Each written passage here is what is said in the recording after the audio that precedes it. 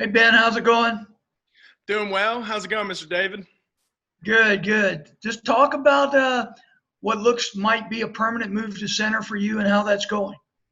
It's going great. It's just different. I had a little bit of experience of it last year. I think it was about 99 snaps or so. So it's not something completely new, but still getting my feet kind of underneath because, we haven't been in pads since the Egg Bowl. It's been about 9 months since we've even been in pads. So a little bit of an adjustment for sure, but it's nothing new. So. All right, Nate, go ahead.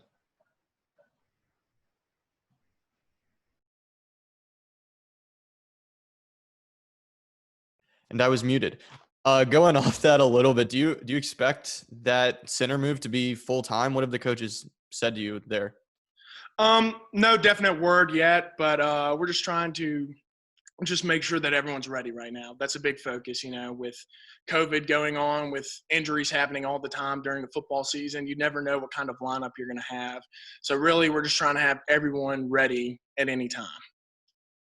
Have you repped other positions yet or just center? Just center and right guard for now. Yes, sir.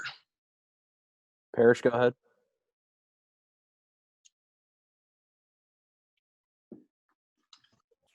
Ben, who is working at center around you, behind you, or whatever the pecking order is right now? Who else is working at center?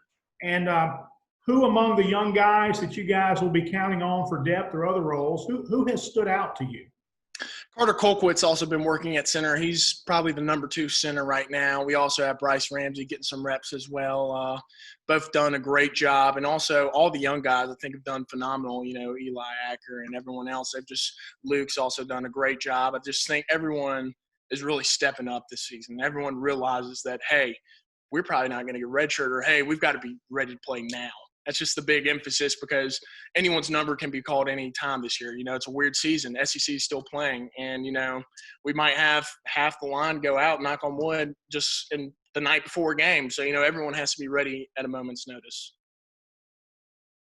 Nick, go ahead with your question. There was obviously the news yesterday, Ben, about no tailgating this year, limited stadium capacity. Just how weird do you think it's going to be playing this season where you're walking through the Walk of Champions and no one's there to watch? You're playing and the stadium's only a quarter full. Just how do you prepare for that? It's definitely weird, but, like Coach says, so what, now what? We're playing for each other. We're not – it's awesome having a crowd. It's awesome having the Grove and the Walk of Champions. That's great. That's an awesome Ole Miss tradition, but we still have to play on Saturdays. We still have to line up against all these SEC opponents, so we still have to be ready regardless. Nate, go ahead. Ben, in 3 years, the last 3 years, you guys have had 3 different play callers, 3 different schemes. How does this one compare and contrast from what you guys do to the last 2 years? I think it's a little bit different, definitely we still have some tempo, which is awesome. I love playing in tempo, and a little bit more drop back pass this year. So that will be exciting. And, I'm loving this offense. I think we're going to be very productive, just how hard we've been practicing, how well coach has gotten us ready. So I think it's an exciting offense this year, definitely. I think we'll put up a lot of points. All right, we'll go back to David.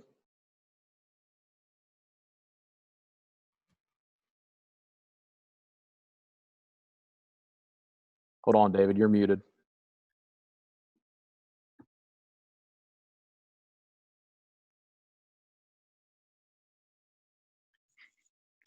Okay. Ben, is there a noticeable difference? You bring up tempo with this offense than there has been in years past.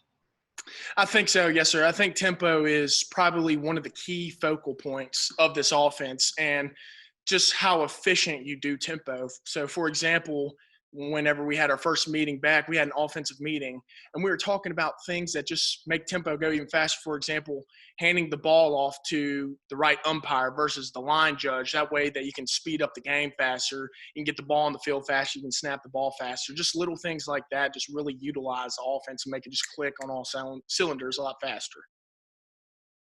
Go ahead, Nick.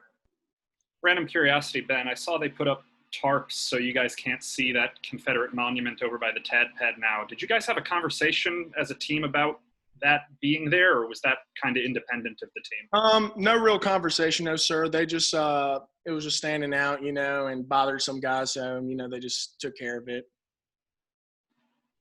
Parrish, go ahead.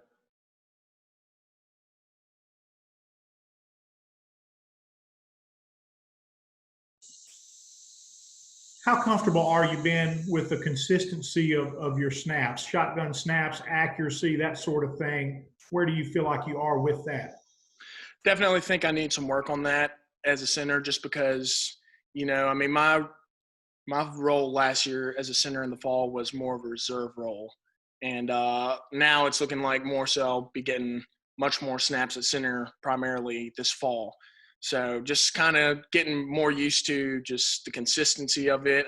And that'll come with more reps. Just more live reps is all that I need, really. Does your consistency vary with the different quarterbacks in the competition, or I guess I'm asking, have you developed a chemistry with anyone?